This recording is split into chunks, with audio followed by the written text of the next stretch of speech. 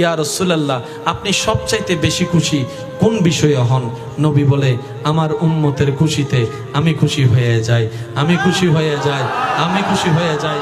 আমার উম্মতের মুখে হাসি দেখলে আমি নবী খুশি হয়ে যাই। আমার উম্মত নামাজি দেখলে আমি খুশি হয়ে যাই।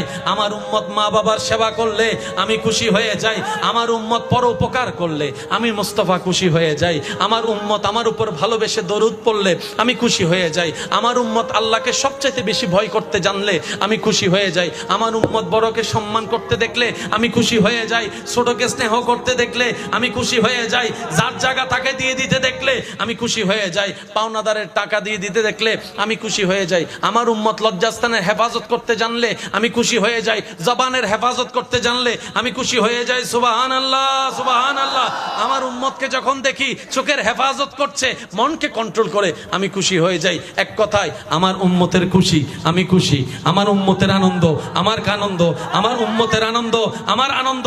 আমার উম্মত খুশি, আমি মুস্তাফা খুশি। আল্লাহ পাক বলে, ওয়ালা সাউফা ইউতিকা রাব্বুকা ফাতারদা।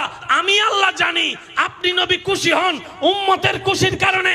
তাই নবী আপনি চিন্তা করেন না, আপনার গুনাহগার উম্মতকে জাহান্নামে রেখে আমি কষ্ট দিব না।